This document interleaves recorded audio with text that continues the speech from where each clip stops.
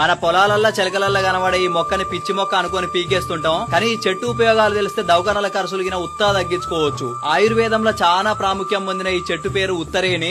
అయితే ఉత్తరేణి గింజలను పూర్తిగా ఎండబెట్టి దంచి పొడి చేసి రెండవసారి బియ్యం గడుగుతున్న నీళ్లని గ్లాసులో పోసుకొని 3 గ్రాముల చొప్పున పొడి కలుపుకొని తాగితే అరిసెమొలలు అంటే పైల్స్ ఉత్తగా తగ్గించుకోవచ్చు. ఇక అట్లనే పెరాలసిస్ వచ్చి బ్లడ్ క్లాట్ అయిన వాళ్ళకి ఉత్తరేణి ఆకులను మెత్తగా నూరి చిన్న చిన్న ఉండలుగా చేసి ఇచ్చినట్లయితే క్లాట్ అయిన బ్లడ్ కరిగిపోతుంది. ఇంకో మంచి విషయం, ఉత్తరేణి వేర్లతోటి పండ్లు తోమినట్లయితే మన దంతాలను గట్టిగా ఉంచుకోవచ్చు. మళ్ళా ఆరోగ్యంగా ఉండి చిగుళ్ళు గట్టి పడతాయి. మళ్ళీ ఈ చెట్టు ఆకులను దంచి రసం తీసి తాగినట్లయితే కిడ్నీలను శుభ్రంగా చేస్తుంది.